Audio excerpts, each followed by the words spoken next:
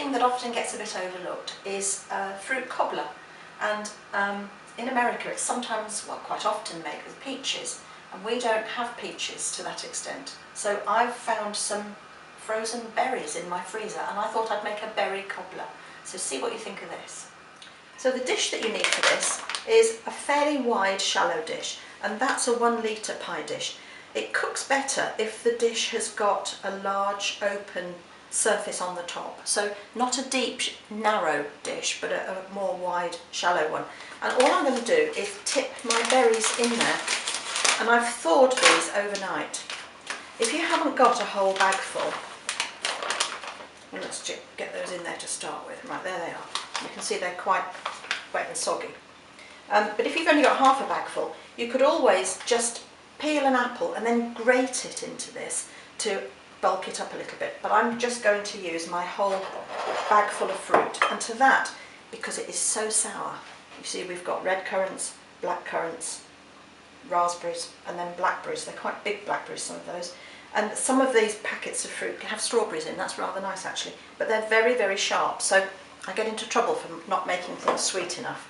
And to this, don't be shocked, I'm going to add 2 tablespoons of white sugar. It can be granulated or caster. And then, because these will create quite a lot of juice, which is wet, and it will make the topping a bit soggy, I'm going to stir into it a dessert spoon of cornflour. I know it seems a bit strange, but it will work. It will give you a thicker sauce. So just stir all of that in and let it sit while you are making the topping. If you've got a few blueberries in the fridge, you can stir those in. So really it can be fruits of the forest and apple, it can be apple and rhubarb, it can be apple and blueberry, it can be whatever you've got, as long as you've got a fruit that's got quite a good flavour and colour. So that will just sit while I make the topping. And for the topping, I have got in here 225 grams of self-raising flour, and I'm going to add 50 grams of unsalted butter, but you could use margarine, and I'm also going to add 50 grams of caster sugar. And I should also say that I've got the oven on to gas mark 6, ready for this. And we're going to rub this in. Fingertips, because they're cooler, and it will stop the butter from going too oily. The weather's quite cold, so actually the butter's quite hard still.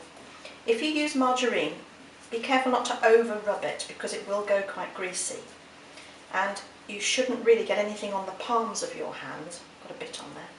One thing that I would never recommend is doing that method where people rub the butter or margarine in between their palms and let it fall in. Your palms are very hot by comparison with your fingertips, and it will make the topping quite greasy, and that in turn alters how much liquid you'll need. So rub it in until you get something that looks a bit like breadcrumbs. Now if you think you've done it, take hold of the bowl and keep it flat on the work surface and shake it, and any big bits will come to the top and you'll know that you're not quite ready.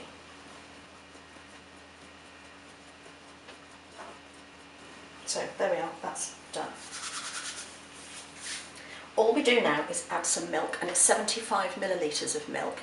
If you've used margarine, you might not need quite as much as that because it makes a stickier dough, margarine does. So we'll put all of that in at once. Having got butter, I know that this is going to be about the right amount. If you need a bit more milk, don't worry about that, but what you're aiming for is a firm dough, because this is a bit like a scone mixture, but we don't actually treat it like a scone.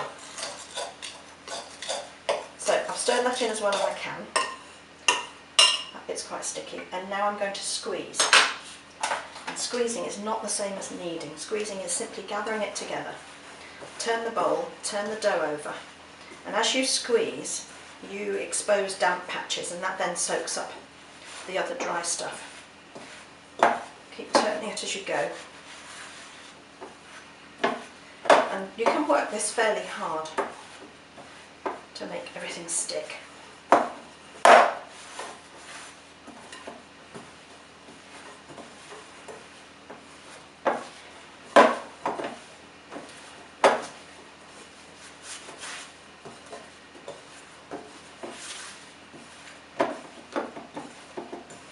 there we are, that's it, that's fine. I didn't need to add any more milk. Let's just get all those last bits mixed in. If your mixture's a little bit sticky, you can put some flour on the worktop, but what we do now is slightly unusual. We roll this into a long sausage.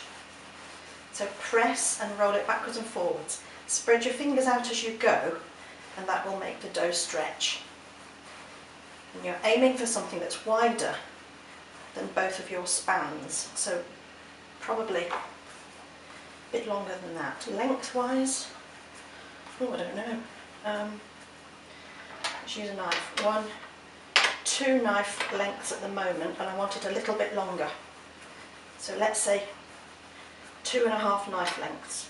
1, 2, there we are. Right.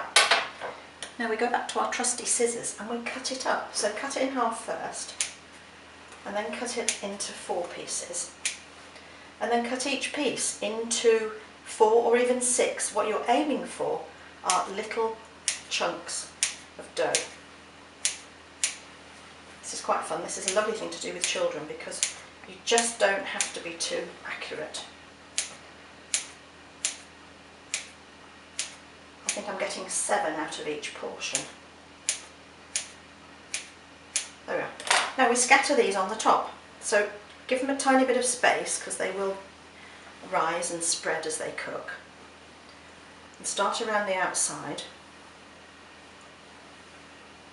And you can see that we're going to get gaps where the colour of the fruit will show through. And you keep going until you've got them all in. And you might have to squeeze the last couple in a bit. But there we are, that's all there is to it. What could be more simple than that? It goes in the oven at gas mark 6 for about 25 minutes. If your little chunks of topping are big, it will take longer. If they're tiny, it will cook more quickly. But when I said to you about adding an apple, if you grate the apple, you'll be sure the apple is cooked in that quick time as well. So that's all there is to it. That goes in the oven for now about 25 minutes.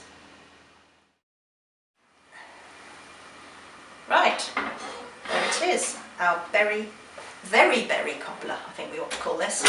You can see that the topping has risen. Some of them have joined together, but you can see what's in it through the gaps. It's excruciatingly hot. Don't try and eat it straight away. We like to serve it tepid, so it's will have been made for sort of an hour or 2 before we get to eat it. And it's really delicious if you serve it with custard or cream. And our favourite is clotted cream, which is really naughty, but it's absolutely delicious because the fruit has quite a sharp flavour, and it just is the best thing.